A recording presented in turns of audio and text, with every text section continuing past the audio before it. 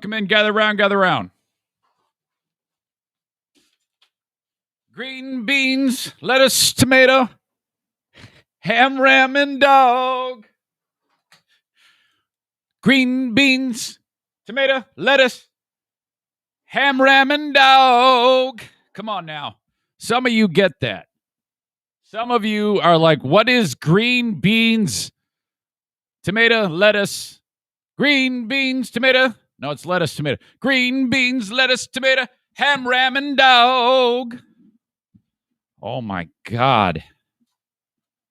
Oh, that was so much fun. Holy crap.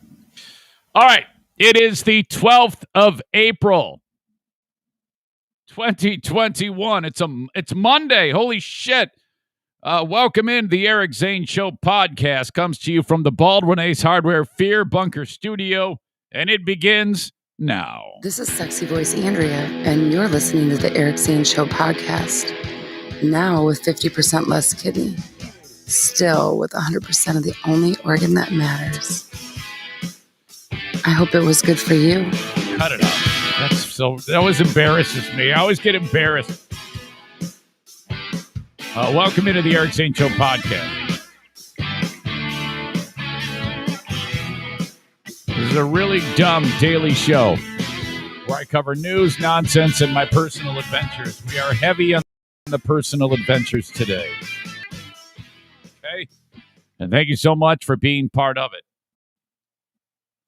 Show comes to you, of course, live at about this same time, about 8 a.m., Monday through Friday, right here, and live streamed on Facebook.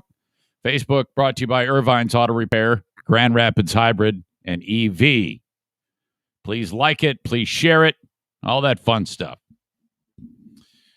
Comment away. I can see all the comments. I try not to focus on them too much because they tend to distract me, but sometimes I just can't help myself. Twitter, that's a Periscope video brought to you by Blue Frost IT. If you could retweet it, say something rude, that would be fun. And, of course, the almighty YouTube. Search Eric Zane Show on YouTube. Subscribe to the channel. Hit the bell notification. Thumbs up, and off we go. And, of course, the audio podcast available shortly after I get done creating it. It's basically just save it and post it. Zero editing. Just boom. Unless there's something really dramatic or stupid, I'm pretty much just going to throw it up there. Sometimes if I stop during the middle of the show, play a music bed, and go take a leak, that comes out. But that's what I do, and I've been doing that this way, doing it all this way for, just over 2 years. So, all right, seems to work, and we'll keep doing this for as long as we can. Please support the sponsors. I appreciate that. They appreciate you. Without them, there is no free podcast. All right. So there you go. Thank you so much for being part of this. Got a number of things to talk about today. It was a very, very busy, eventful weekend. Thank you to all of you for checking this out. All right. Let me get right to it.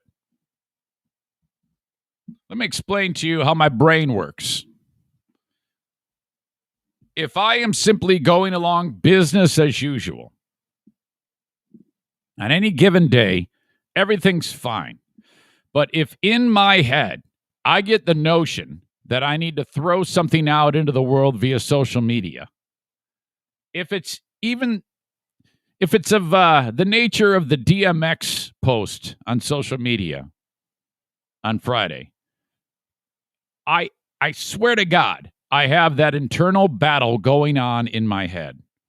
And it's you probably shouldn't do that. It's just you're kind of like kicking a hornet's nest, and I don't know I don't know how much good that's going to do anybody if you do that, and you probably shouldn't anyway. I'm not kidding you. I hear all of that in my head when I do this bit. When I like, hey, go ahead, do it, be an asshole. I'm not kidding you. It actually happens. That was the it was that same voice that told me to give the kidney away. And I know that that's very like, oh my God, that's like, it sounds almost supernatural. It almost sounds like God's talking to you. Now, I actually believe that. I actually believe that God is talking to me. Okay, now some of you might just say, well, that's just your conscience. It's just, it's your internal struggle, your internal. Yeah, I know. To me, that's God. So, all right, I flat out believe that. So God says to me, no, hey, man, look, I know that guy was a troublemaker, but leave it alone. I that's way over your pay grade. Just let me handle that when he gets up here. And that is so not your lane. And I'm like, no, seriously, I got this. Let me do it. And he's like, no, Eric, seriously, I wouldn't, man. Everyone's gonna get pissed off. There's a lot of people that are going to be upset with this, and you already got enough on your plate. You don't need to be dealing with that. And I'm like, no, hey, seriously, I'm in charge. Hey, you just take a back seat. I'll take care of this. So I did what I did. I posted "Rest in peace, my ass," and then I listed the shit he done: animal abuse, robbery, drugs, whatever. This guy, unpaid child support, 15 kids by 9 women, which, by the way, is just prolific. 15 kids from 9 women. Wow. All right, so I did all that, and I didn't feel a damn bit bad about it. Fuck no, man. The righteous Eric, he's got to put everybody in place. There you go. Here we go. So I did that, and then I let everything unfold. And, you got the usual mix of, hey, way to go, and, oh, my God, I can't believe you did that. You're such an asshole. And I did not care. And I felt emboldened. I felt the power. I felt great about this. I was so happy with this performance. I'm not kidding you. I really felt strongly. And then I'm like engaging people and attacking the one. Well, I wasn't really attacking them, but I'm like engaging in conversation with some people that are pissed. All right. So this all happens. I go to bed. And I talked about this. Some of you may have seen my podcast with Mike Logan. You're like, hey, and how did that happen, by the way? I'll explain that too. And I wake up on Saturday, and I'm still in it. I'm still in the fight. I'm like, yeah, you know what? We'll take this. And I'm just firing off these things. Okay. And then this happened. I picked up my pal Jason. We're going to go to an AA meeting. Now, he's very new to the 12-step program. Now, one of the things that is involved with this is the tenets that make up the program. You're going to end up living them in your day-to-day life. It isn't just to keep you, because if you go ahead and change your ways and stop consuming substances that hurt you and cause you trouble, the way you do that is by following these steps, and these steps have to do with your whole life. Okay, if I go and am able to beat alcohol, but then I'm a total cock asshole idiot for the rest of my days, that's called a dry drunk. Okay, because your dickheadish behavior now, it's actually worse because you don't have any excuse to say, oh, I was shit-faced, man. What the fuck am I gonna do? Yeah. So you're really discussing your character flaws on a regular basis, and you're kind of like, so what I talked about this with Mike. These meetings have a tendency to really expose the problems. And right away, remember that scene in Star Wars when Obi-Wan is like, I sense a disturbance in the Force. And when Alderaan blew up and he's like, oh shit, oh fuck, there's a problem. That's what I'm feeling in this meeting. I'm like, because everything, these meetings are so great. They always like make perfect sense, and it's always like they really center me and fix me, And I'm like, I'm not just there to like help my pal Jason. I mean, these help me. This is very, very important. So I'm like, shit, fuck. Oh man, I did it. This is bad. So then I've got other people in the meeting talking, and I'm deleting tweets and pissed off shit that I'm saying about this whole thing that I was just telling you about while the meeting is going on. I'm like, fuck, this is terrible. What an asshole. Dirty delete. What an asshole I am. Holy shit. Fuck. So then, while I'm doing that, I noticed one of the replies is from Mike Logan, comedian. Now, Mike has been trying to build his name on a national level. You hear about him for sure in West Michigan, but so all right. Now, I have been at odds with him in the past, so to see him weigh in, I'm like, this is. And Mike is very thoughtful, okay, and I see he posted that GIF. You know that one GIF where the black guy is at the party holding the drink and his hat is to the side and he's got that look on his face like where he kind of rolls his eyes like, and then walks away from the problem. You've all seen that. And I'm like, shit. Fuck, that's speaking to me too. So, all right. I get out of the meeting and then I tweet, yeah, I slept on it and a couple things have just clicked in my brain. I think I fucked up. I'm going to address this. And then he tweets back. This is all public. He tweets back something. And then I tweet at him. I'm going to go. I'm in the parking lot of the 12-step, of where the 12-step meeting is. And I go, I'm going to address this. I'm going to talk about it on the podcast, but I'm going to go home on a Saturday and I'm going to get in front of the camera and I'm going to fucking break it down, man. Do you want to join me? And so I go, all I need is your email address. We start to DM each other. Okay. Drop off Jason, go home. I'm like, oh man, fucking hey, this is ugly. This is really a mess. What the fuck is wrong with me? And that's I sat down with him and we had a really nice conversation. He's really a lot of good happened here. I was able to kind of like tell you, what I'm telling you now. And I've had even more time to think about that. That's why I'm starting with this now.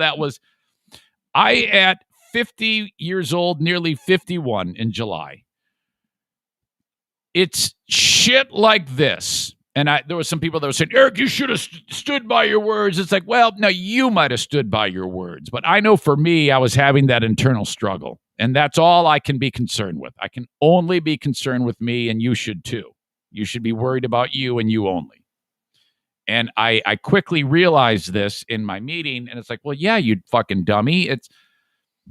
So I was just fucking wrecked. I just felt like such an idiot. I apologized. I still apologize. That was horrible, terrible timing, terrible point of view, way out of my lane. It's just ugly.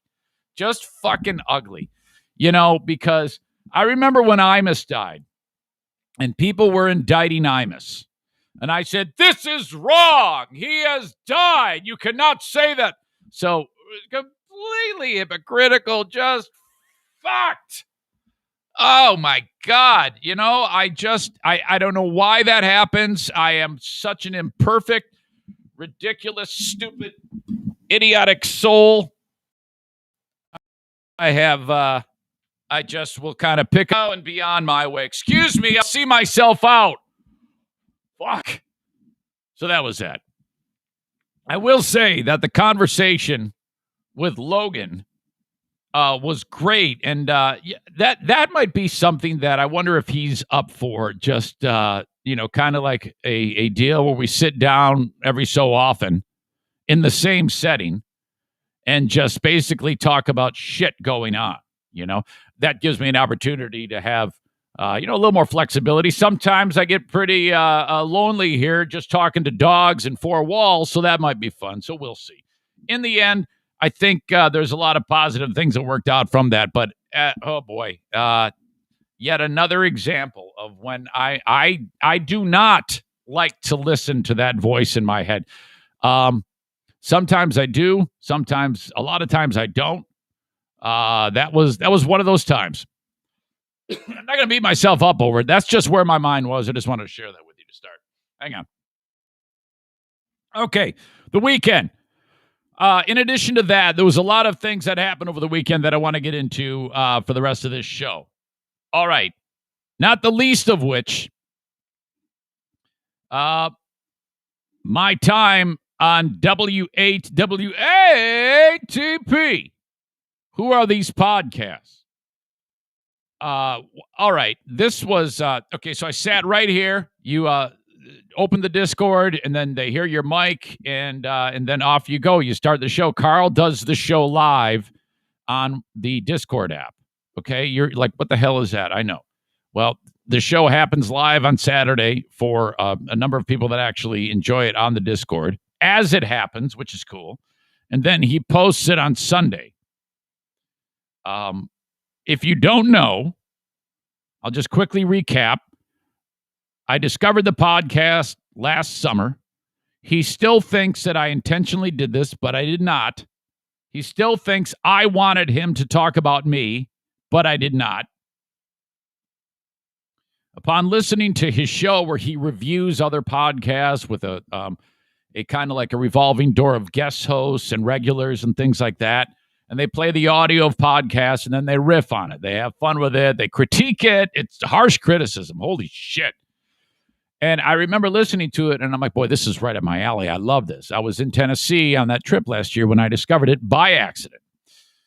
When I got back from the trip, if you remember, I talked about it on this show. I then was deathly afraid about this podcast somehow being featured on it. That's all it took. I mentioned that, and one of the audience members approached Carl about it. I did not know this. In the meantime, I actually took the audio of when I was bragging about Carl's show, how much I liked it, bragging on his behalf, and I sent it to him.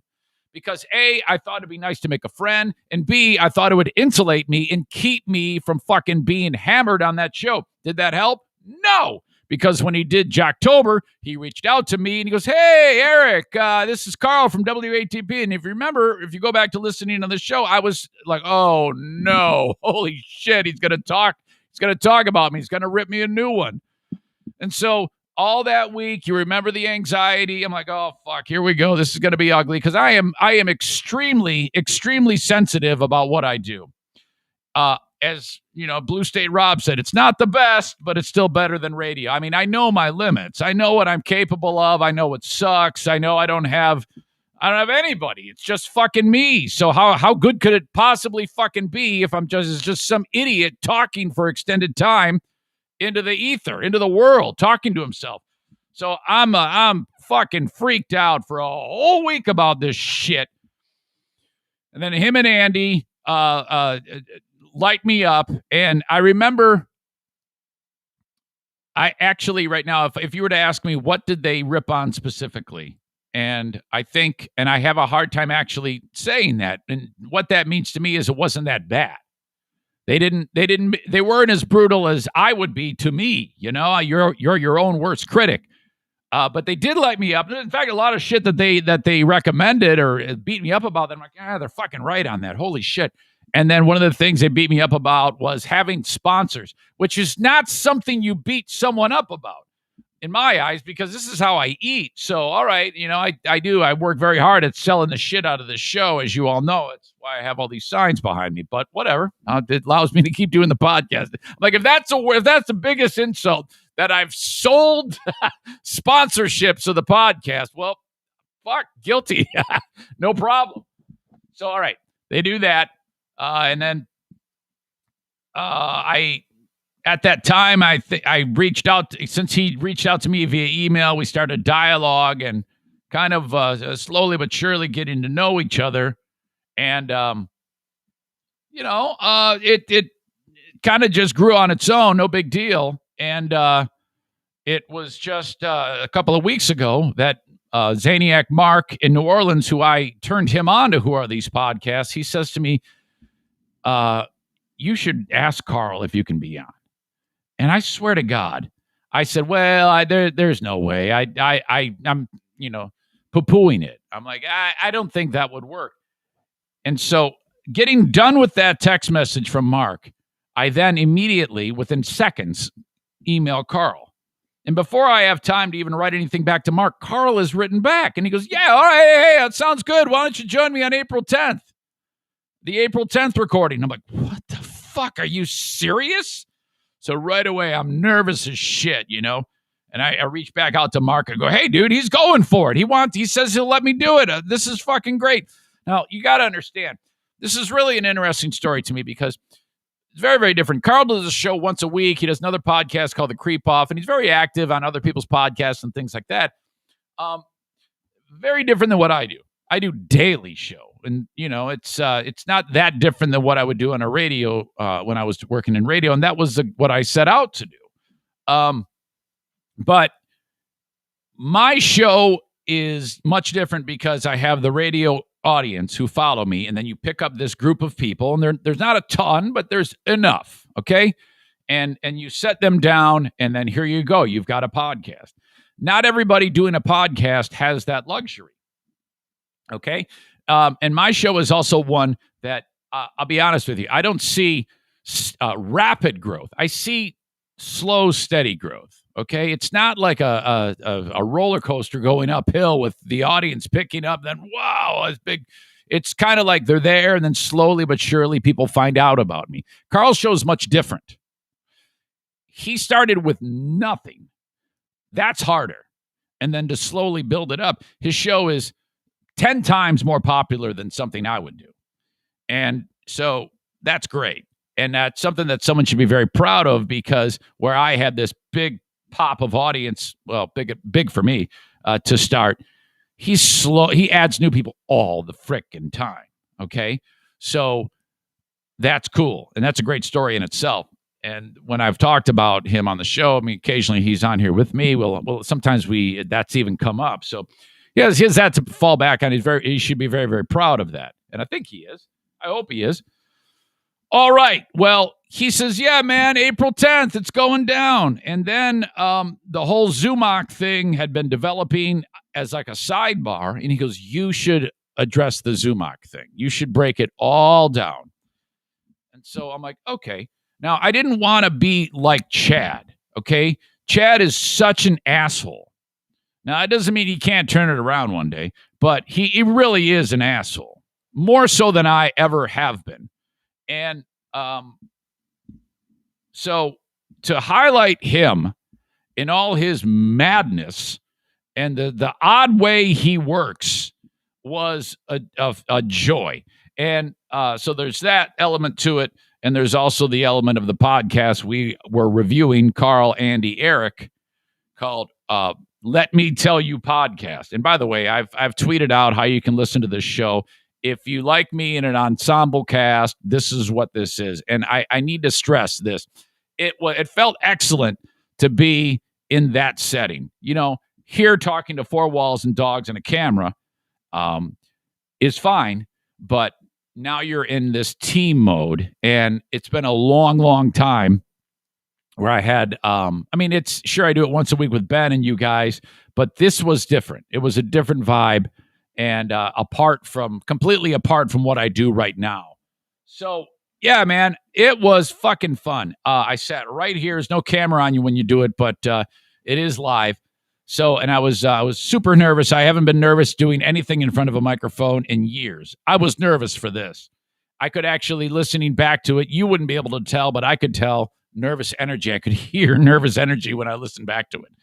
But there we were, doing our thing and reviewing the show called Let Me Tell You Podcast with Jamar Jones. And now the show on WATP, it usually the first group that first show that you talk about or roast is usually really shitty.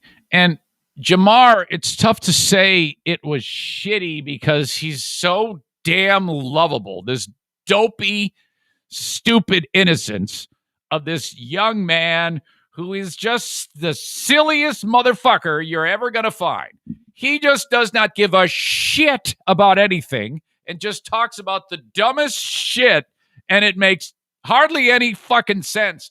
And, you know, you're like, what the fuck is going on here? I sure do love this dumb son of a bitch. And he's just stupid. So, all right. You know, that was fine. It was a good time. I don't have, when we're finishing it up, I don't know if this made the cut, but Carl said the people on the Discord who are making the live comments seem to like you. And he says, that's not always the case. And I'm like, well, you made my day. And because I worry about what people think very, very much. And I said, anyone who tells you they don't care about what people think is lying to you. I really care about what people think. So I'm like, oh, thank God. I just didn't want to make an asshole of myself. And I'm very, very happy because it didn't seem like I did. And that's huge for me in terms of my mental health and my well-being, because I listened back to that show yesterday and I'm like, oh, fuck, that joke sucked dick. Shit. Oh, no, I'm dead. I'm ruined. I'm going to throw myself out of the window. I'm a terrible human being. I'm such an asshole. I'm the worst critic of myself. I can't stand it. There was parts when I was listening to that show when I knew there was a joke coming that kind of went flat. And I'm like, oh, fuck. And I'm like 15 seconds forward, 15 seconds. I can't hear it. I don't have the strength or the energy to listen to that joke fucking bomb again. So, all right. The Zumach thing. I talked about it. I didn't want it to go down the road of, yes, he's an asshole. Yes, it was with great, I had to dutifully and viciously knock him down about 10 pegs. And he deserves every bit of that.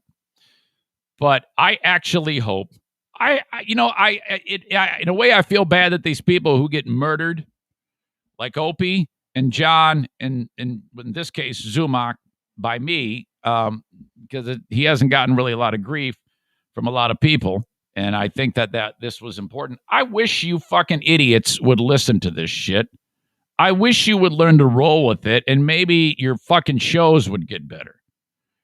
I didn't take everything to heart when they ripped me a new one on that show, but I took some of it to heart, and it's made this show flow a lot better in the best way that it can. So, but I'm just shocked at some of the displays of people in what they do, whether it in their content creation, what they put out there. I think one of the things that stood out to me, which I didn't think it was going to, I didn't even think about it until it actually happened, that we're going to talk about Opie. But hearing what that guy does on a regular basis, is he so rich that he just has fuck you money and does not give a shit about how it sounds or how it looks? And I'm like, well, that can't be, because he puts out enough content, none of it any good, that how the fuck are you letting yourself get away with that? Because this is a guy who's been around radio forever, and he knows what's right and wrong. So what happened to you? Did you, you're in your mid-50s. Did all of that knowledge lose your brain? Leave your brain? I don't understand that. That was very, very strange to me. Just listening to him kind of go off about it. There was actually one point in the show that I went back and listened to Opie's show. He did a rant about radio, okay, and how it stinks. And though he was like way over the top about it, because he's like really mad about radio because his pal who works in Buffalo got fired in a stupid way, which I have a thought about that in a second. But that part of your show actually I thought was pretty interesting. Now it kind of got off the rails later because it just, you sit there talking to all the people that on the comments who are giving you shit, which I do that too, and it's tough not to, but you do it too damn much, okay? And I do it too damn much. The guy he's referring to is a dude in Buffalo, who's known as Bull. Is it Rob Gansler? I think that is his name. I'm not positive. Do you remember I was telling you about the Buffalo radio station where they were talking about toast? And then the one guy, the comedian Rob Lederman, I don't think it's Rob Gansler. I think it is Gansler, but I don't think it's... Anyway, Lederman, he said, yeah, man, I like my toast like I like my women, so I don't want Serena Williams toast. I want more of a Halle Berry mulatto. And then the lead guy on the show, the Bull guy, he goes, okay. Kind of like, oh, no. He didn't say anything other than, okay. Okay? And then the lady on the show, she says, yeah, what about a Gayle King or something like that? Well, the comic got fired right away And then there was a statement that was released by the Buffalo Sabres. And I'm like, well, wait a minute. This comic also was work for the Sabres? No. The Sabres right then and there fired the guy who said, okay, who didn't say anything. What? So that's weird. And so he just happened to be in the room when the comic, Lederman, if that's his name, said what he said. So that's icky. That's very, very strange that they would do that. Odd to me. But then all the rest of the crew was like suspended. And then Cumulus came back this past week and fired all the rest of those people and their boss, the program director. This is messy. In my mind, the guy Bull who just said, okay, like, hey, wrap it up. This is a lawsuit. He should absolutely explore suing Cumulus over this for wrongful firing or whatever the term is. And then that whole show should. Well, maybe not the chick who said Gail King.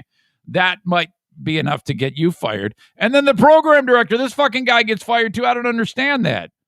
Unless, here's the thing though. Radio stations on the regular will always look for an excuse to eliminate expense. Always. If they are pushed to a point where they think, we can just get away from this, we can break ties, we can throw somebody on in the morning who just plays the hits and says, this is, here's the weather, here's traffic, more music for your workday. And put somebody in there for $31,000 a year as opposed to whatever the cost of the morning show is, plus their parking, plus their insurance. Oh my God, their 401k. You better believe that they're going to do that. You very, very rarely hear any good news about radio entities these days. It's kind of a mess. So that may be what's going on there, but what the hell do I know? Just from my pedestrian view of all of this. So, all right, that was a weekend, man. That was a fun ass time to be on that show. I'm just very, very excited that they reached out to me. And you know what also has happened? I don't want to say it right now because it's kind of cart before the horse, but some really, really nice people who are influential, who I had kind of like fingers crossed that the right set of ears would hear WATP. And you know what? They did. They really did. And so I got some acknowledgement from some very, very important people who are into content creation who reached out to me and said some really nice things. And so that's all I'll say about that. All I can say is that you made my night and you frickin' put some wind into my sails. And when you're a schmuck like me, that type of validation goes a long way. I'm validated every single day by the fact that you're here enjoying the show and you subscribe to the Patreon and all. These are outside people who don't know who the fuck I am. Really? They do. They haven't really heard what I do. So in this type of forum. So it made me very, very happy and was quite a refreshing thing. And for Zumach, fucking listen. Would you just shut up and fucking do a show? Okay?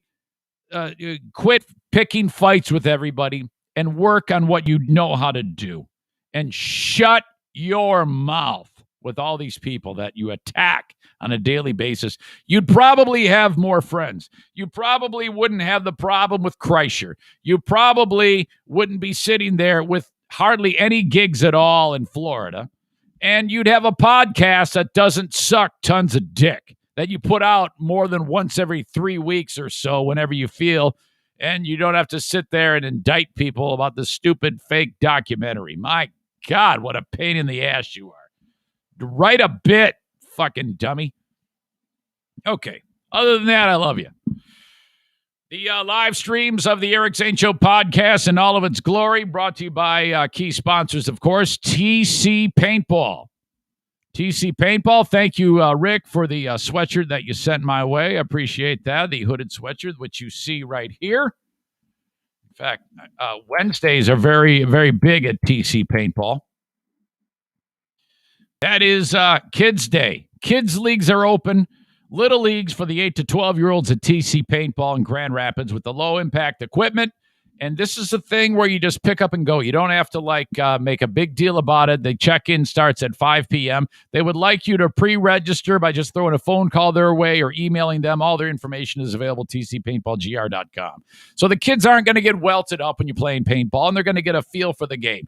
If you got one of those kids that kind of stays in the house all day playing video games, this might be for them because it's kind of like they're living a real-life video game. It's great fun. I know that Bleeding Heart Brian just brought his kids over there, and they are all the neighborhood kids for Jelly Ball over the weekend. That looked like a great time with all of them. Thank you for doing that.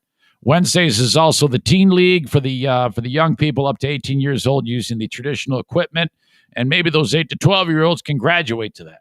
Okay, check-in starts at 5 p.m. on Wednesdays. Play starts at 5:30. Again, please pre-register by calling or emailing. No weekly commitment needed. You just show up and give it a try. We have Paintball War number 14 happening Sunday, May 16th. I see that Kevin Kuipers just reached out to say that he was going to be there hanging out for Paintball War number 14. That should be fantastic. Looking forward to that. No more beer. No more beer for Kevin. I'm fucking hammered. Thank you very much. And I want more of you to reach out to me. Fuck off, I'm hammered. Eric at ericzaneshow.com.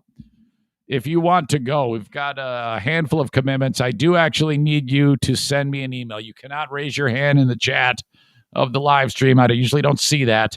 Send me an email if you've done so already for the next Paintball War, Sunday, May 16th. That's cool. If not, please reach out. It's $35. Normally it's $48. You're going to save a ton of money, and you're going to have a ball. All right. Where the hell am I? Irvine's Auto Repair Grand Rapids Hybrid, which frickin' Carl made fun of. He goes, yeah, this is the point of the show, and Eric would talk about the mechanics. Yeah, shut up! Irvine's Auto Repair Grand Rapids Hybrid and EV, 616-532-6600. Get your cars repaired there. Domestic, Asian, European. Irvine's Auto Repair Grand Rapids Hybrid and EV. If you are in West Michigan, they've got customers all over the area because, if you have a car that needs work, the one thing you want is the trust. And Irvine's, you can trust them. If you don't believe me, go to irvines.com and look at their Google reviews. Okay, now that's tricky because if anything goes south, you know how people are these days. They're not going to reach out and try to get it solved. They're just going to go and say something shitty online. That's their pound of flesh that they're looking for. Well, in that business, to have as many reviews that they have and still maintain nearly a 5-star rating is spectacular. And if anybody does get in the weeds and they say, all right, here you go, Irvine's, you suck. The folks at Irvine's are very, very quick to respond to that. And then you'll see the, well, all right, let's solve this. Let's take care of this issue as quickly as possible. And they do that. They monitor that to make sure all of their customers are very, very happy. That's great.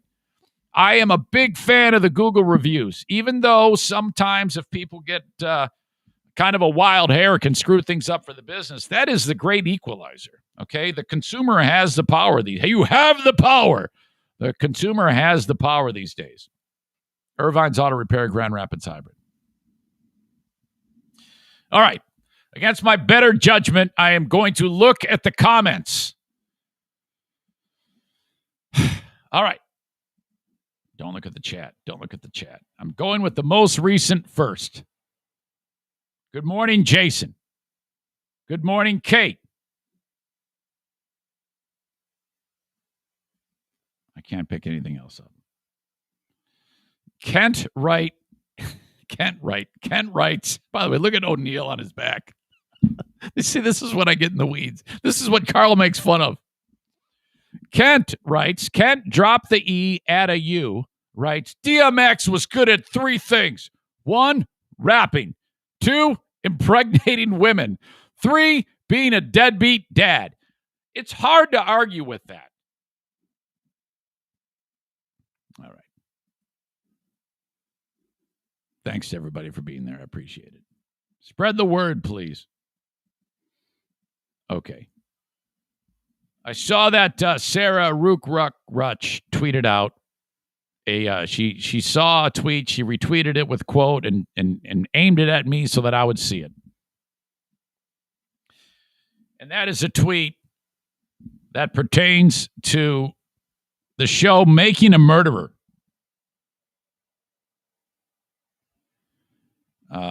Does the name Kathleen Zellner ring a bell?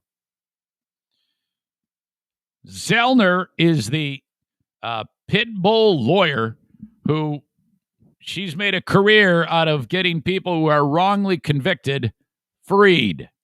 She was the focus of Making a Murderer 2, which, by the way, the first one was amazing. And then the second one came around, and I'm like, oh, well, this is, there's no way this is going to be any good. I mean, what could we possibly have learned? I'll tell you what we learned. You know, like in the first one, there was those two lawyers for Stephen Avery, those two guys who then went around the country touring. I forget their names. Everybody, after watching Making a Murderer, thought that those two were good lawyers.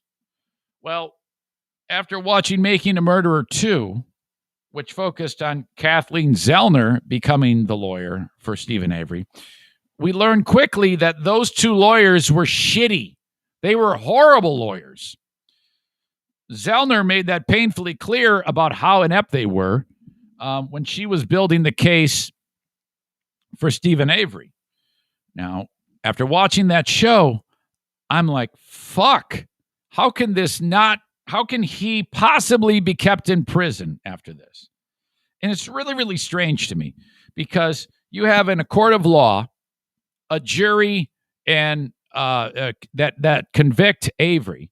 But in the court of public opinion, probably more people think that he should be exonerated.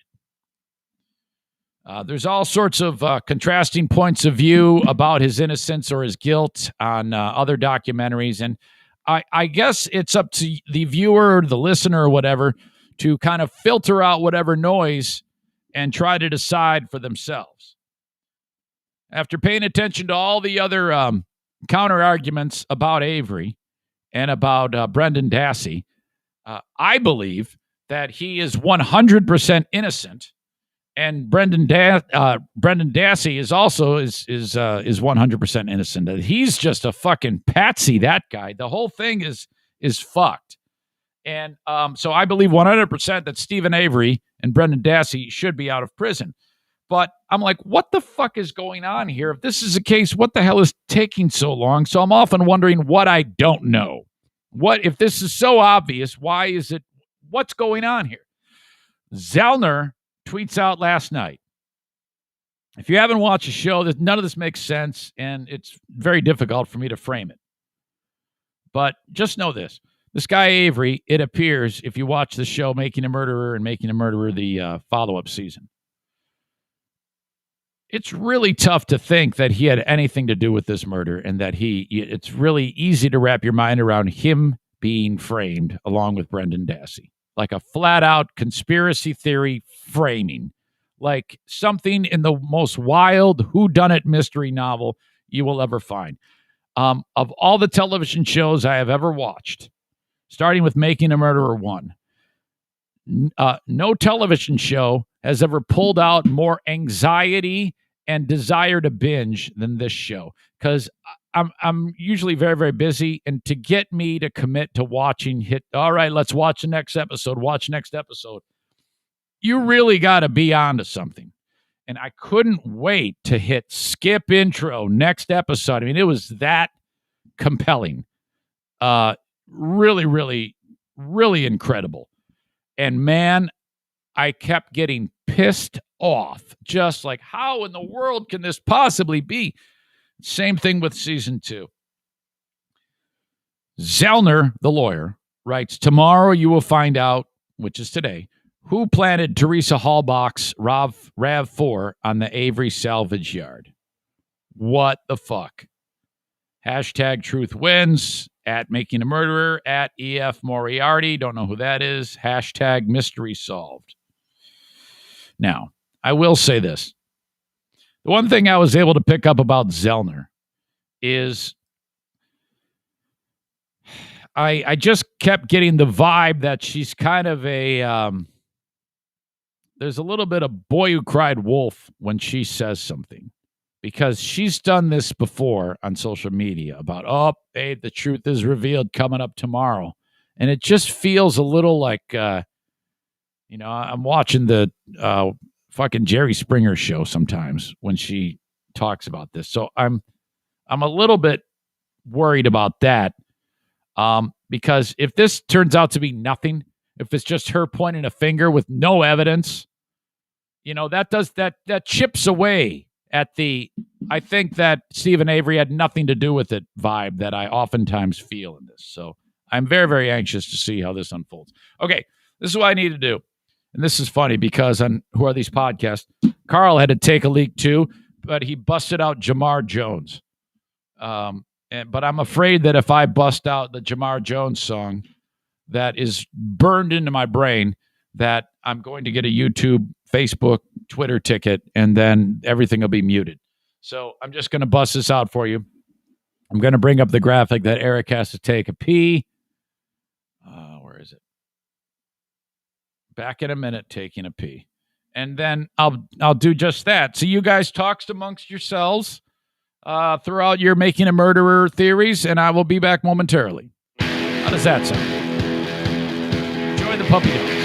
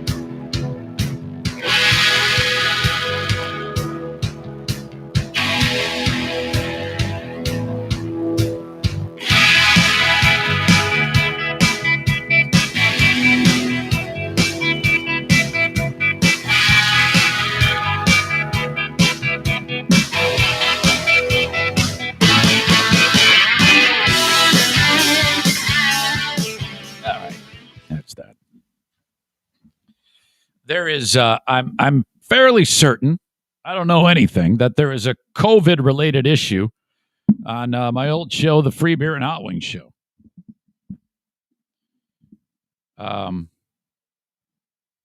Which I should probably mention this too.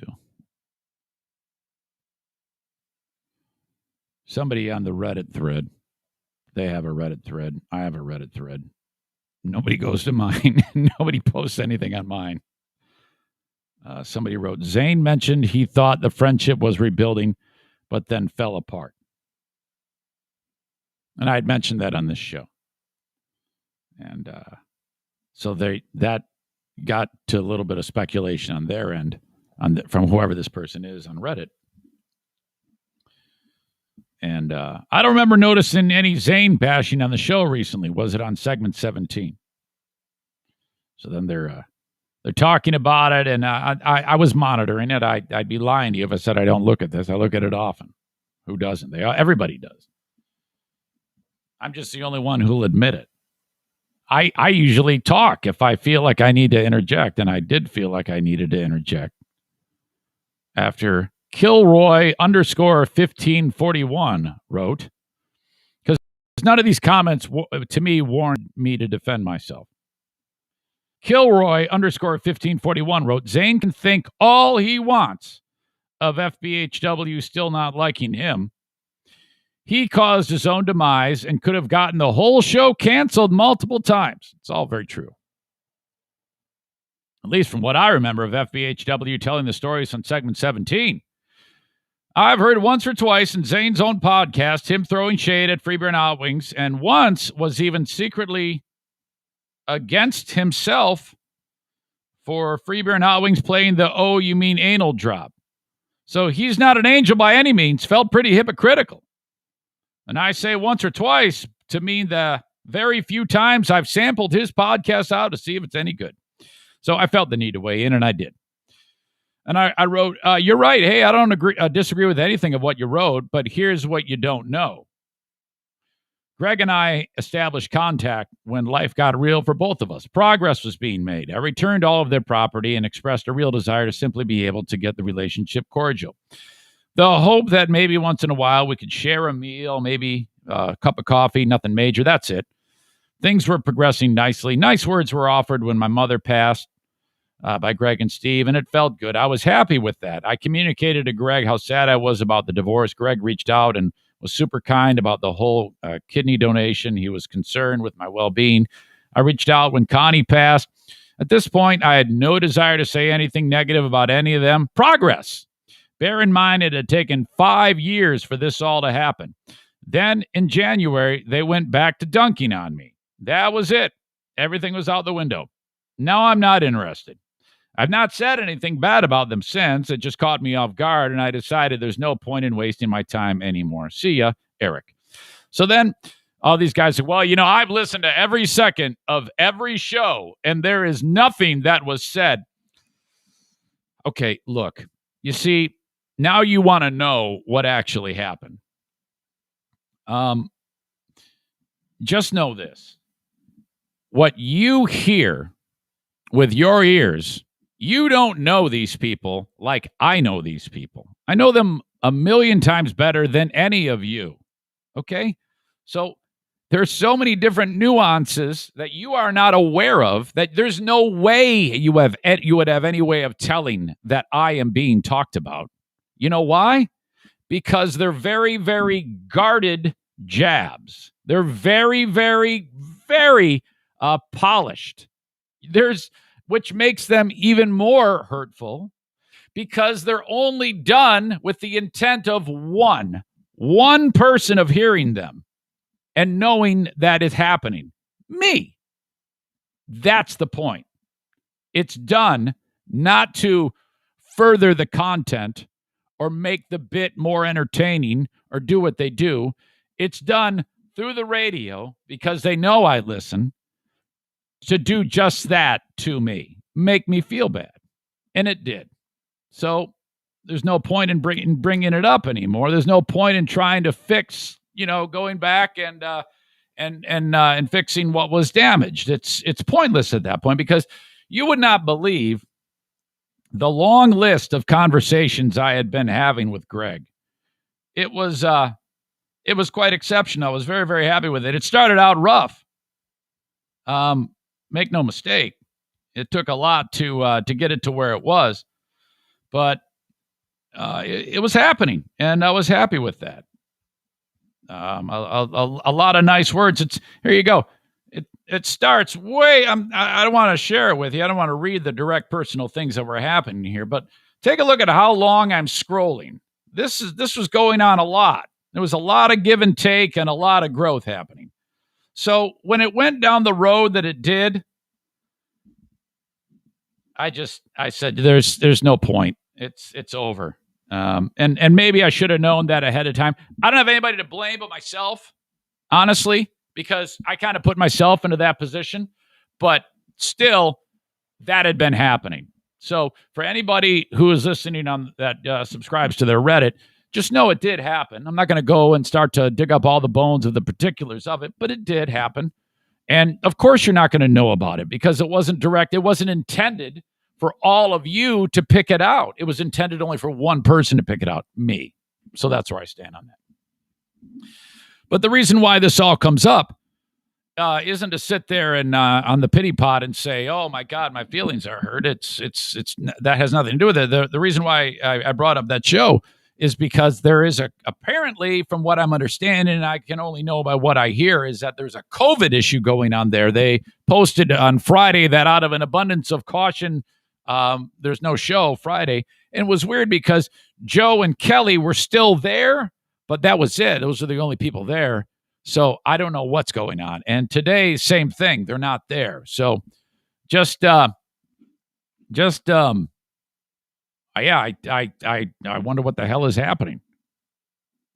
Very, very strange. All right. That would be weird. Because Michigan is on fire right now with COVID. And I have some thoughts on that coming up about COVID. Which I kind of put a little thought into. I'm looking forward to explaining that with you. All right. So this weekend, I wrote this down as dodging bullets for the Sunday adventure with the NFK. My wife's brother, my brother-in-law, Kevin, he lives with us. And, every day there's always something interesting that happens with this guy. I cannot say that he is special needs, but he has some special needs. We have to drive him from point A to point B. He doesn't have a lot going on. I mean, the television, he sets records every day for television viewing hours. And, outside of ruining my toilet with the Hams beer shit howitzer and watching hours of TV. He's very well versed on everything going on in the world. He has to be. If you watch 14 hours of TV a day, he's like a walking encyclopedia. Okay. So, but then on the weekends, typically he has to go to the store. And this is a good thing that happens because this is where he basically pays for his stay in my home because he buys all the damn groceries. So I buy my week's worth of groceries, which is basic food that we're, going to eat around the house. And he buys all these frozen dinners and stuff that's going to end up mixing with the Hams beer and wind up in my toilet. We all know this, okay? And you know about his brain surgery. You know about he had a lobotomy, which you think, oh my God, what the hell? Yes, he actually had a lobotomy. And they removed a portion of his brain that was damaged from epilepsy. So with the epilepsy, years of grand mal seizures, all the medicine, the lobotomy, he's a little cooked. He's a little cooked. And that leads to, you have to remind him from time to time about various things and, whatever. We're adapting in the living arrangement. The other day I opened up the microwave and his, he doesn't clean up after himself at all. But some things I just can't let go. If he's making hot dogs, he gets a frozen hot dog, 2 or 3 of them, and just sets them in the microwave. You know how you have that thing that spins around, that big plate, and so you put whatever bowl with your food in there on that plate and it spins around? Well, that's the point of that thing. It's so that your food can spin. It isn't another plate. He just takes a fucking hot dogs and puts it right on that thing that spins. And every time I go in there, I'm like, what the fuck? And I open it up, and there's all this hot dog jizz, dried onto it from heating up, and the hot dog blows up all over the inside of the fucking microwave. And I'm like, hey, dude, do you heat up frozen hot dogs in here? Yeah. Fuck yes, I love them sons of bitches. Everything's a swear word if you don't know. Everything has these inappropriate swears and over-the-top exaggerate. Yeah, I love them motherfuckers. Okay, hey, well, you got to put it on a plate and you got to cover it. Oh, okay. It's like, you fucking knew that. You absolutely knew that. Why is it do I have to explain this to you? I've had to explain to him about cleaning shit up off the fucking toilet seat when the Hams beer shit howitzer goes off. But holy shit. So, all right, there's that. So, I go, Kevy, you're getting low on food. You want to go to the store? Fuck yeah, man. Fucking shit, yeah. And so, all right, we go, and he, when we're walking to the store with the way he, I described his walk, he looks like if Penguin and Frankenstein had a baby to give you Penguinstein. That's how he walks, because his knees don't work quite like yours and mine because of neuropathy. So he's like stumbling along, but he's got like a Green Bay Packers sweatshirt on, a crew sweatshirt, and he tucks the fucking thing in. And I'm like, Jesus, Kevin, don't tuck your fucking sweatshirts in. But I didn't have that heart to tell him. And his belly's, it's like, just. So he looks, okay. He looks like somebody who, you might see him at the group home or something like that. And he's walking with me and we're putting shit in the basket. And he gets to his favorite aisle, the frozen foods. And he's struggling for space with this lady who's got one of those scooters, and she's 100 years old, and she's trying to navigate between the NFK and with the no filter Kevin and another shopper. And I go, this is gonna work bad because she's gonna hit Kevin and he's gonna kick her ass. So I'm like, ma'am, can I help you get? Yes, I need the Stouffer's. I help her. All right, we get the shit. Off we go. We're on the way home, and he goes, oh shit, fuck. I go, what is it? He goes, I need some grizzly. And he's from, he speaks with a southern accent because his parents are from Kentucky. I need to get some grizzly. I go, oh, okay, yeah. He goes, can you run into the gas station, give me some grizzly? I go, yeah, sure. He goes, all right, motherfucker. And he gives me his bank card. And so I'm going to go in there, buy the grizzly. He goes, I need 4 tins, wintergreen, long cut. Shit, fuck. I go, okay, buddy, you got it. I get out of the truck. I go walking into the place. And then I go walking up to the guy. I go, I need 4. And I tell him. And then I reach my pocket, and I don't have a card. I don't have the card that he gave me. So I go, cancel that. I'll be back. I go walking out. I go, hey, man, can you give me that card? Or did you give it to me? He goes, I gave it to you, motherfucker. Holy fucking shit. How the fuck did you? I go, okay, hold on. Don't panic. I'm sure it's somewhere. It couldn't have gone far. So when I was in there for a very short amount of time. So I'm checking my fucking pockets. I'm looking all around on the ground. And then he gets out and he's wandering around. Penguinstein is kicking around the parking lot looking like a homeless vagabond. Fucking looking on the ground. I'm like, oh shit, this is terrible. He's going to wander in the road and get greased. I go into the store and there's like a line of people now. Everybody's staying far apart from each other, and I walk up to a random lady. I go, have you seen a bank card on the ground? And she goes, I did. And I'm like, oh, what? And she goes, I gave it to the guy. And I go, oh my God. And then the guy goes, is this yours? I go, oh my God. Yes, thank God. Can you imagine if I lost the NFK's bank card? Holy shit. Okay. So, all right. Perfect. Wait in line. Get the grizzly. That's it. Put that to bed. Nothing further about that. Just a bullet dodged. Okay. That's a terrible feeling. You ever lose that thing? Oh my God. Whew. Very, very scary. Thank God somebody turned it in. Okay. Now, this next part of the rest of this story, I am mystified by, and I can't believe it happened. And it's another example of dodging a bullet. Okay. That was one with the card. This is even bigger. We pull into the driveway, open the garage, go, and I give him some of the groceries. I take a bunch of the groceries. I walk into the house with him. He starts taking them out of the bags. I turn around to go back out and get more. I'm approaching this. We have this mud room, okay, this door, and it's attached to the garage. So if you go into my garage and then open this door, you're in the mud room. I'm walking to walk out of that door. All of a sudden, that door opens. Someone has opened the door. And I'm like, oh, I wasn't expecting a visitor. It's either Jackie or Jim or Madison. But Madison's with mom, so it's got to be Jackie or Jim, right? The door opens, and then in walks Benny, the one-eyed wonder dog. And I'm like, what the fuck is going on here? And then the door closes. So I quickly realized Benny has been outside, unbeknownst to me, and someone's letting him in. So I take 2 steps. I look, and it's my neighbor, Etta. And I go, Etta, how are you? And she goes, oh, hey.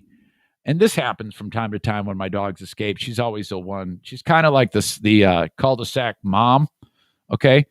And she's always out with her kids doing mom stuff. I go, thank you. Was he out? She goes, oh, yeah, he was in the cul-de-sac. I go, he was? She goes, yeah. I go, oh, okay. Let me back up a little bit. When I pulled into the driveway, Kevy and I look, and on the lawn, there's feathers everywhere. Something terrible has happened to a bird, and there's no carcass, but there's feathers everywhere. Now, we used to see this all the time when we had that cat, Buddy Bobcat face. But I'm like, I don't remember any other neighborhood cats being in the area. What the hell is going on? You know where this is going, don't you? Okay. After she tells me Benny's been outside, I'm like, did I walk in with the groceries and he walked out? Was it that quick? Because I walked in, set him down on that island, turned around and started to walk out, and then Benny walked in. In that amount of time, did he walk out, she see him, bring him back? I said, that is not adding up. I am fairly convinced he has been outside for hours. And so then I start investigating, and there's other neighbors that are out doing, Sunday afternoon shit, playing with their kids, mowing the lawn. I go up to my neighbor, Brian. I go, hey, man, have you seen Benny like wandering around out here in the last few hours? He goes, oh, yeah, he's been hanging out. I go, what the fuck? I have no idea how this dog got out. And I'm flat out amazed that he just hung out. He just stayed in the area. And then Etta sees him and goes, Benny, come here. And he's such a skittish. He's like, he came right up to her. I'm like, what the fuck? She lets him in the house. He had been outside that whole time that we were shopping. The whole time, wandering around the neighborhood. Oh my God. He could very easily be gone right now, which would have devastated everybody. Oh my God. So then I'm like, okay, well, thank you. And then I bring him in, and I'm going to examine him now. And I want to make sure that he hasn't. And well, I think I know what happened. I'm pretty sure he ate the bird, or did something with it, and then he either rolled in the remains of the bird, or found something really gross to roll in, because his fur is like armor now. It's no longer soft. It has a glaze of bird crust on. He's fucking killed the bird, and he must have hit the part of the bird that the shit comes out or something. And then, so not only am I eating this, but I'm going to roll in it, because he's got like this disease sheen on him that is turned into a candy shell of shit and bird gut. And I don't know about you. I'm not kind of ashamed to admit this. If I get something fucked up on my hand, I always sniff it. Okay. I'm kind of like a monkey. And so it's on there, and I go, oh my God. And I sniffed it, and I went, I'm like, holy fuck. And I'm like, Jesus, what do I do? So I closed the door of the laundry room that Benny's in. He's just looking at me like, oh, I'm sorry. I did such a bad thing. And I'm like, no, fucking shut up. Jesus. So I scrub my hand, and then I have to go and immediately give him a sponge bath in order to get the smell off. It was the worst. I'm like, what is going on here? So, holy shit. I washed him, and then I just counted my blessings that he was not dead. Oh, I felt so terrible about that. So, note to self, pay more attention to your fucking dog. Super fucking hip. Oops, I'm doing this wrong order. He's Benny the Wonder Dog. Benny the Wonder Dog. Benny the One-Eyed Wonder Dog. Yeah! Benny the One-Eyed Dog. Benny the One-Eyed Dog. Benny the One-Eyed Wonder Dog.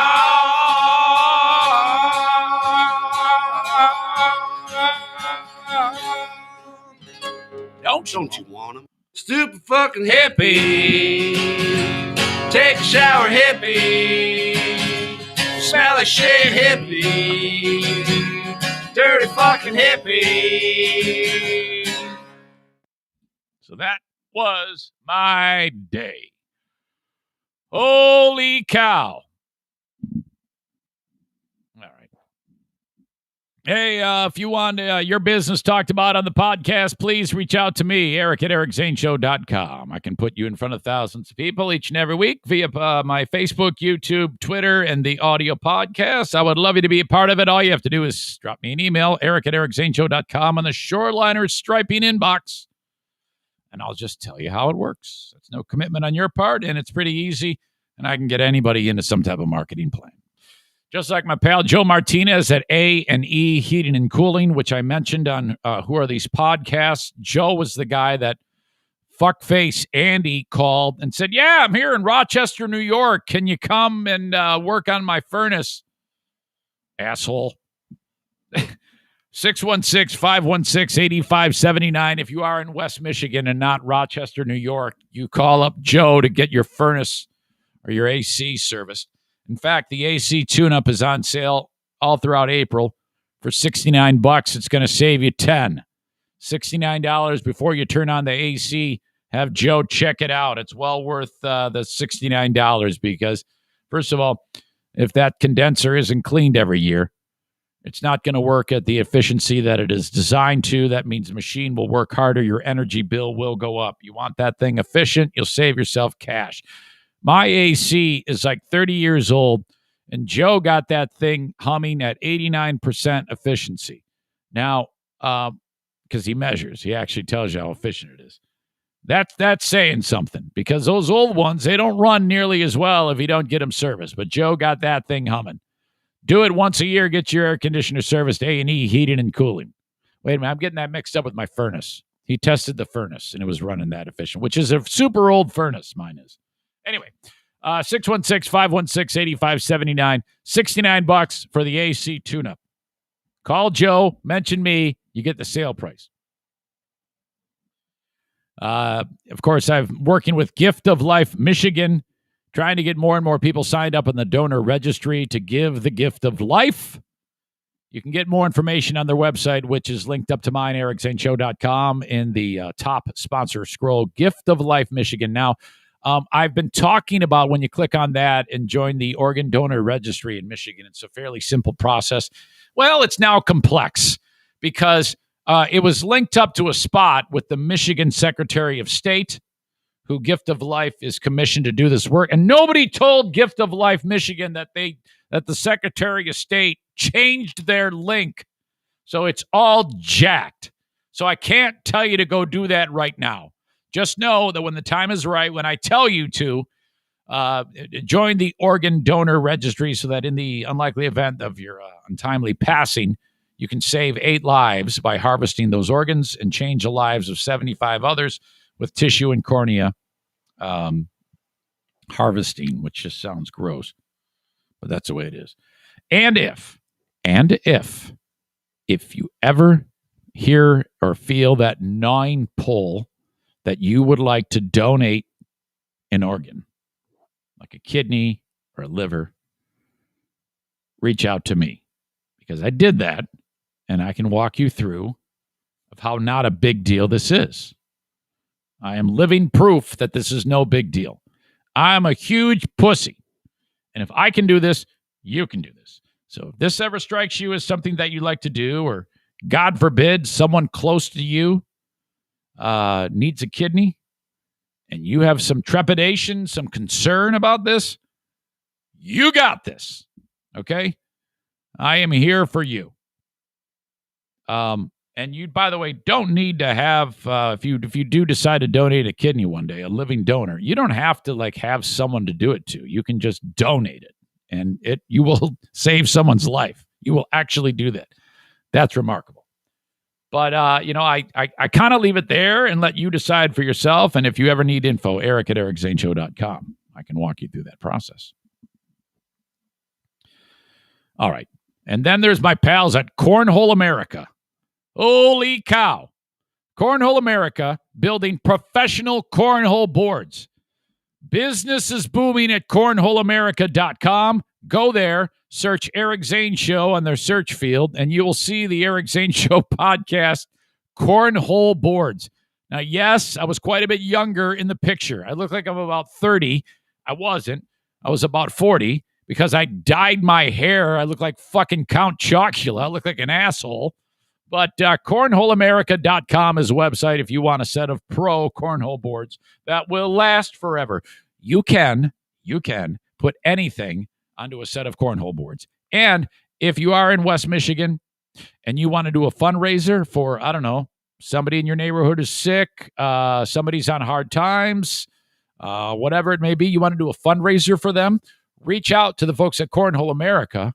about how you can have custom boards for your money-making event. You can actually raise a ton of money. So then what you do is you go ahead, they make the boards for your event. Your event, you people, for your cornhole tournament, they put the tournament on for you. Dozens or hundreds of people sign up for your tournament, pay the cash. That's the fundraiser right there. Reach out to them about doing that. Thank you, Cornhole America. So just the other day, I was reminded about something that my dad did. My beloved father, the star of Dear Meathead, 87 years young, who I'm really annoyed that I cannot go and see him. The hockey team that I work for, the Grand Rapids Griffins, has pretty much like 11 games between now and the end of April that I of course am working a part of as PA announcer and TV host. And so it's really consuming me for the next half a month to a month. I can't go and see my dad, and I miss him terribly. He is vaccinated, and I'm nearly vaccinated. So he can see me now. So I just am dying to see him. But I was reminded of a story about my dad that I know you're going to love, which just sounds like him. Some of you might be familiar with the device that you can have installed on your car. I don't even know if it's a thing anymore because now I guess it would be. You can install on your vehicle a tracking device. It's called LoJack. My dad has had this on his vehicles. He, in fact, installed LoJack on the Embellisher, the truck that I have. And it's a subscription. You like sign up for it or whatever. And then in the event something terrible happens, you say, hey, some asshole stole my truck. And they go, all right, well, and they can tell you where the truck is. It's a tracking device. Okay. So my dad, not only on the truck that I have that I bought off him, did he install LoJack. He installed it on another truck that he had just before it. Now, he sold that truck to a dear family friend. Okay? His name is Mike Roskis. And I was reminded of this because I just happened to be like, I walked up to my truck, and my dad, to kind of like deter thieves, he had printed off a little sticker that says LoJack on the side. Kind of like when you put on your house the sticker of the alarm company so that the bad guys know that the house is alarmed, that maybe that would deter them from breaking into your home. This is the same idea. And I just happened to walk up to it today, and somebody said, what is that? And I said, yeah. And I explained to them. So this popped into my head, and it's hilarious because my dad, he would put the sticker on there to, deter thieves from doing that. He put it on this car, the truck that I have, but he did not put it on the previous truck. He didn't put the sticker on there. And the reason why he put it on this one is because somebody said, hey, yeah, Dad, it's a great idea. Okay, so he did that. Fast forward. This guy, Mike Roskis, buys the truck, the old truck, off my dad. And so that happened. We happened to go to a wedding of another family member, and I remember the conversation. It was me, my dad, this guy, Mike, and another guy named Tom. We're just sitting around shooting the shit, and the topic of the truck came up. And Mike says, son of a bitch, man, somebody stole that truck. And my dad says, oh, my God, somebody stole it? And he goes, yeah, it was a few years ago. Somebody stole the damn thing. We found it like months later. It's completely stripped, and it was destroyed. Now, the next sentence that said, if I'm my dad, you shouldn't have said it. Because he goes, wow, I had LoJack on that thing. And so right away, everybody puts two and two together because this guy, Mike, shoots him a look. And he's like, you did? He goes, yeah. And Mike goes, well, why the fuck didn't you tell me if I can add LoJack?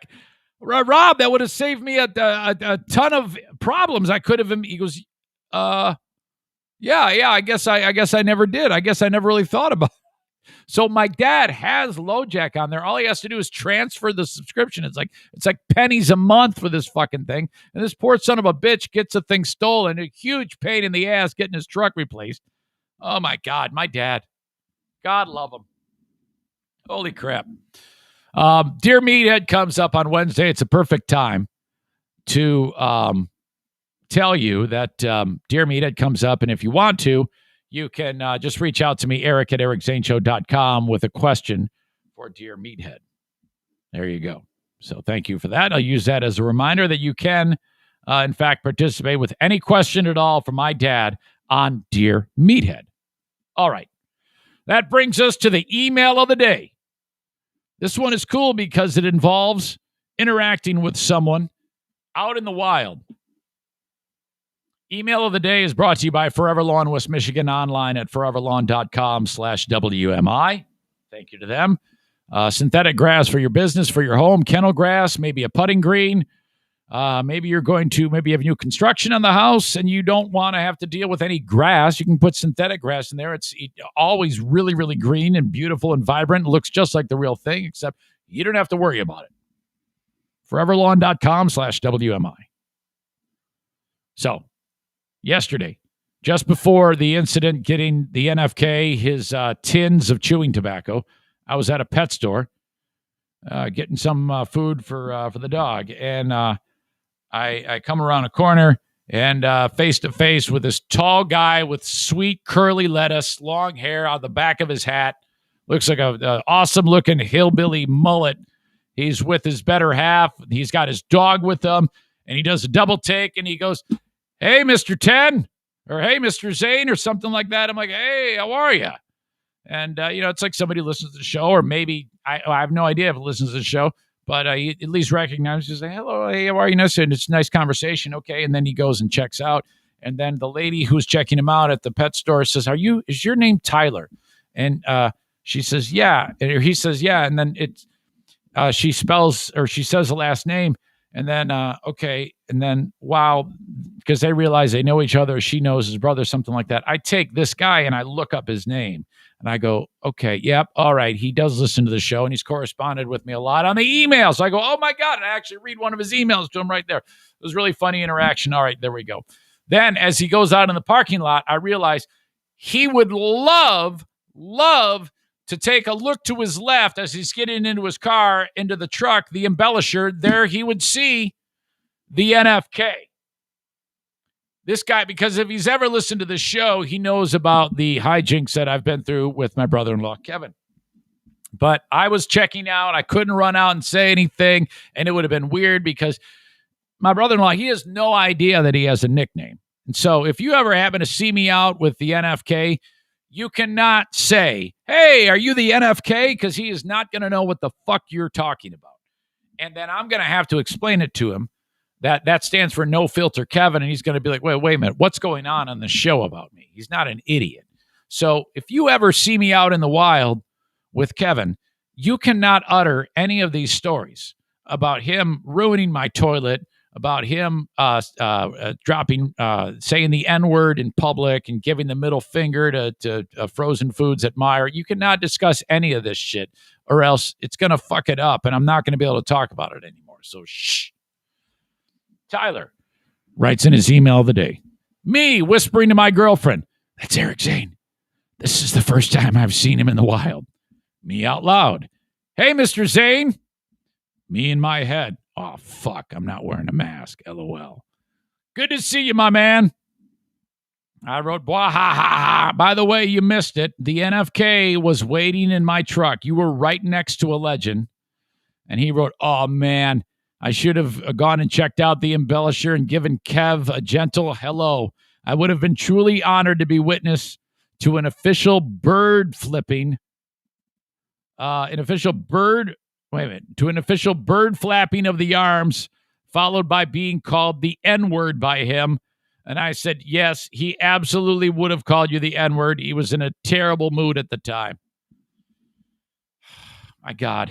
Yeah, it's going to happen one of these days. That's why I'm scared to death of putting anything with his likeness on a T-shirt, because he's going to see that shit, and boy, that is going to blow his mind. Holy crap. All right, there you go. That's your email today. Thank you, Tyler. I appreciate that. Okay, folks, as you know, I'm on Patreon, patreon.com/Eric Zane, patreon.com/Eric Zane, where I give you hours of content each and every week. I follow this podcast up with a daily bonus Patreon podcast where I do another 30, 40 minutes, a little bit more interaction with the audience. The Ben and Eric Patreon podcast is every Friday with a live Zoom audience. So much fun. That's a great time. I love that. That alone is worth the price of admission, but I also give you the Lost Zane recordings, the Insane Asylum, my music-driven radio show on Northern Michigan's Q100, the last great American radio station. And then, of course, Smarter Than a Former Drug Dealer trivia. All there on my Patreon. Patreon.com/Eric Zane. If you'd be so kind, I'd love it if you try it out for $5 or $10 a month. If it sucks, cancel it. You get the rest of the month. If you like it, convert it to a yearly membership, and I will save you 10%. Horizon Hydroponics invites you to check them out online or in person for anything, for any of your growing needs, whether you're growing tomatoes, marigolds, cucumbers, or the best cannabis in the world. These are the experts that can help you with everything you need for your grow, whether it's online or in person. Go to horizonhydroponics.com, and if you buy it online, orders $250 and more are free delivery anywhere in the USA. And if you use the coupon code ZaneShow, you will save 10%. You can do that and pick it up, okay? That will be great because then, if you're local and you aren't over $250, you can just go to one of the brick and mortar locations, pick it up, save the money with the coupon code, and you're all set. Lights, tents, fertilizer, different soil mediums. In fact, I'm going to go and see John today at the Alpine store at 3 o'clock. If you want to see me do it live, we'll do it live. I'll be doing Growers 101 with John from Horizon Hydroponics at 3 o'clock today at the Alpine store in Grand Rapids.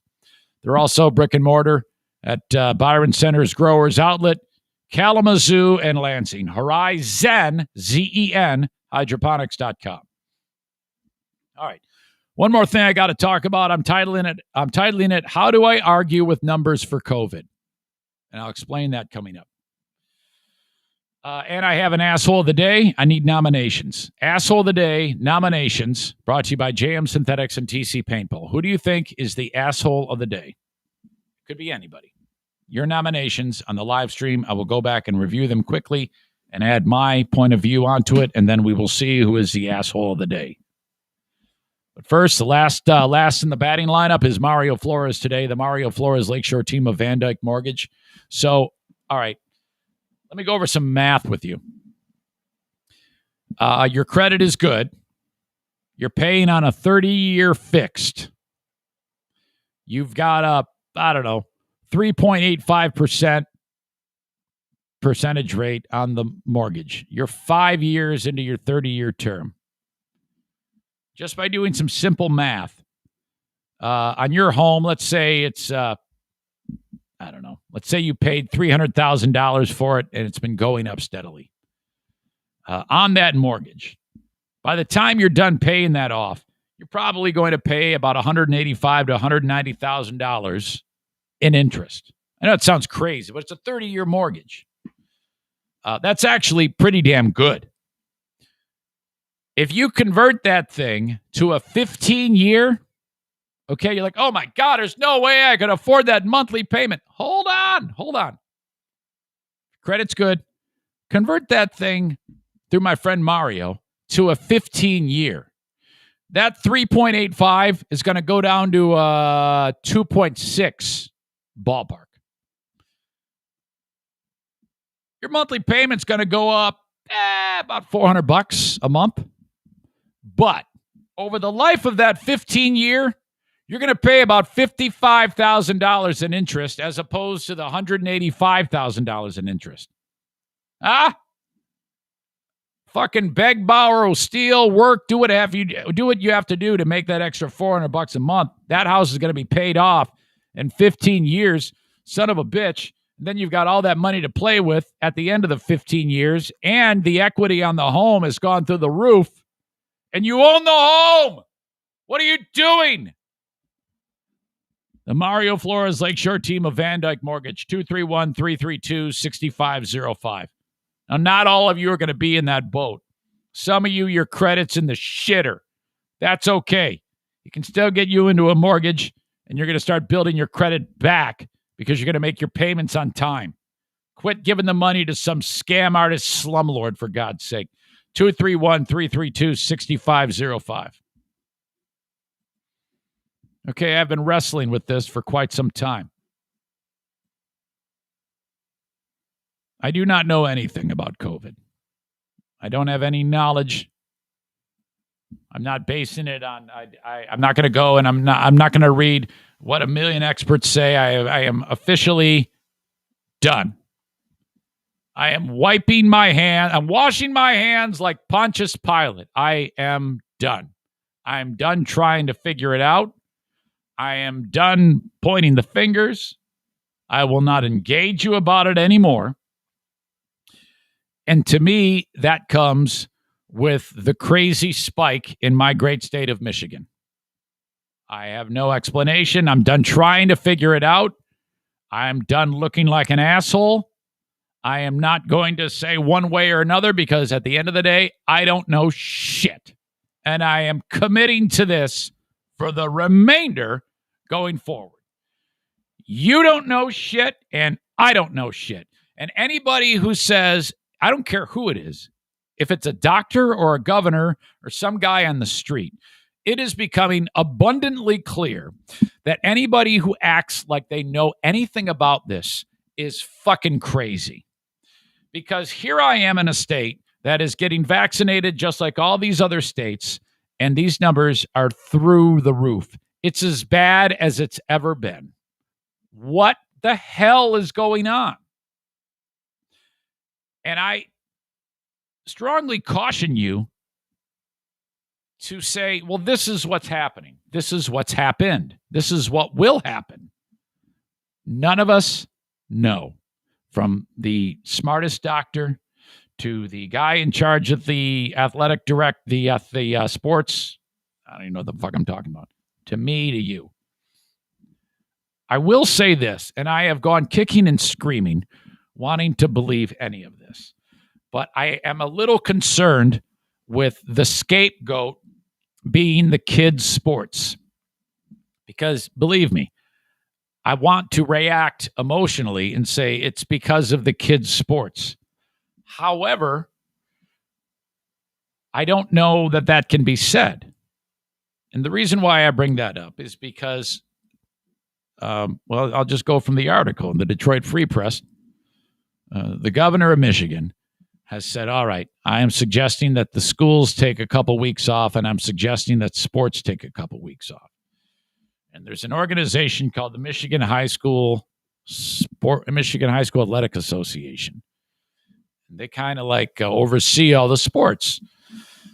Now, this guy who runs it, his name is Mark Ewell. And I got to give him some credit. Okay, you know me. I'm gonna read something. I'm gonna kind of digest it and process it. It's like, how can we argue with this? Because I would love to throw this guy under the bus. I really would, but I don't know if I can. He said, "Nah, we're not stopping anything here." And then the average person might say, "Well, then you don't care about anybody." The state has always had a goal to be testing at a positivity of 3% and lower. So if you test 100 people, if it comes back 2.95% of people of those tests came back as positive COVID, that's good. You want that. Michigan lately has been 17, 18%. There was a time a month ago when it was 3-4%, but something's gone haywire and we don't know what. No one knows. But I don't know if you can blame the sports, because this guy has been testing these kids weekly, and his tests are coming back at less than 3%. Okay. So as much as I hate to say it, because I never like to agree with Huge, because I don't like to agree with Huge. I always like to disagree with Huge. And I don't like to agree with this guy, Mark Ewell, but he's saying, well, wait a minute here. I don't know if I can shut all this down because I am testing at under 3%. So wait, why? And it's very hard to ignore that, right? I mean, how could you ignore that?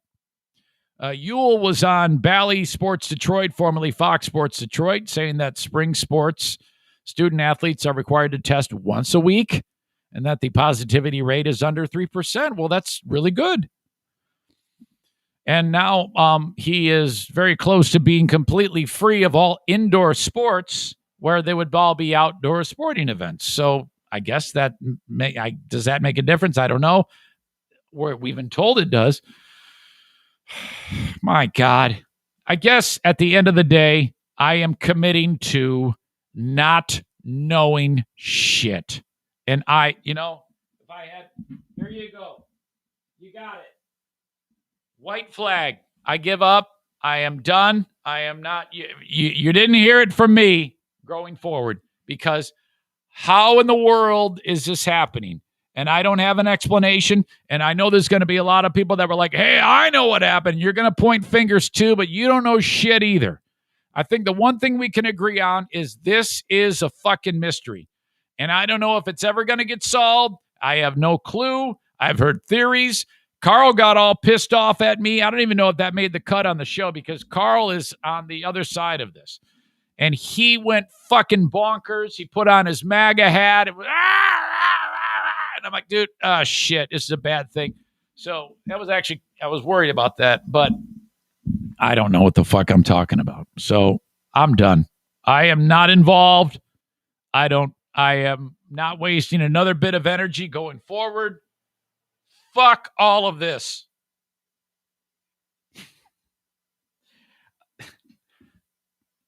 I got to send this to Dirk. Thank you very much. I need to send this off right now to the live stream. It is the Eric Zane show.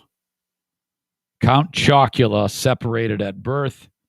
And I need to, while I'm talking, rip this off of, I just sent it to myself so that I can post it on the live stream.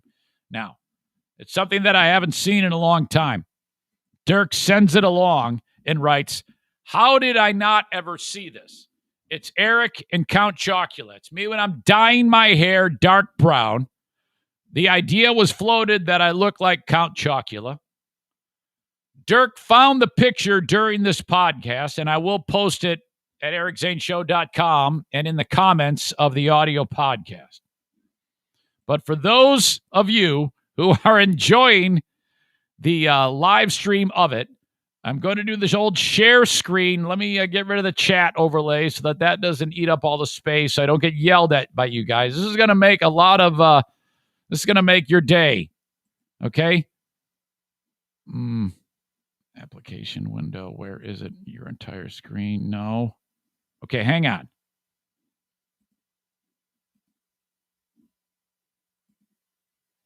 I think that, yes, there it is. Look at this. It's unbelievable likeness. Eric and Count Chocula. You're welcome. I hope you enjoy that. I will post it away, and you can enjoy that later on. The likeness is startling between me and the world famous Count Chocula. Thank you, Dirk, for sending that. You get a star on your forehead today for that.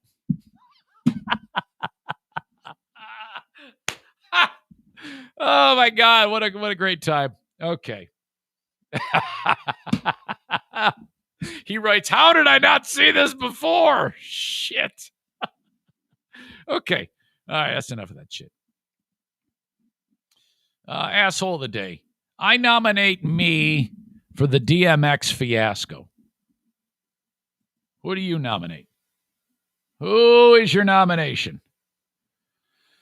Let's see. I see a lot of line up sheep, get your vaccine. Yeah, you know.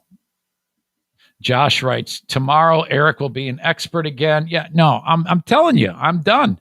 I am so done. There isn't anything in the world that can make me take that bait. You guys, I'm no longer going to be involved in any of this fucking craziness. Okay? Megan says, no, you turned the DMX thing around. Well, I don't know then. Who's it going to be? Let me look at the notes of what we talked about today. All right.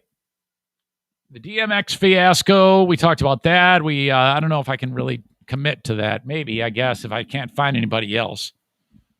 It'd be a post-mortem asshole of the day.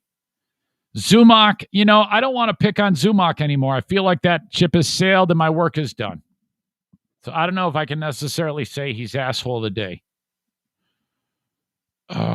Kathleen Zellner for getting me all worked up about Stephen Avery. I guess that could be tomorrow if what she produces about Stephen Avery is absolutely nothing.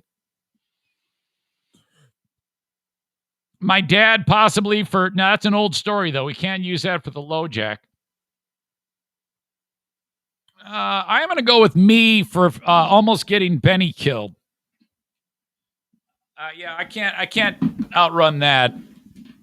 It's got to be me because I swear to God, I don't know. I would be so distraught if the dog got lost and we never saw him again. That is a real fear of mine. So there you go. I will take the lump for asshole of the day. And it's probably good because I guarantee you in this podcast, there's at least one person who thinks that I'm a huge asshole. And that's okay. That is okay. But, all right, we're going to leave it right there. I appreciate you folks for checking this out. I tried to do my best. I'll try to do better tomorrow. We've got the Patreon bonus coming up a little bit later on. And that's going to do it. Another one in the books, the Eric Zane Show podcast. Thanks again, folks. Till next time, have a good one. Bye-bye.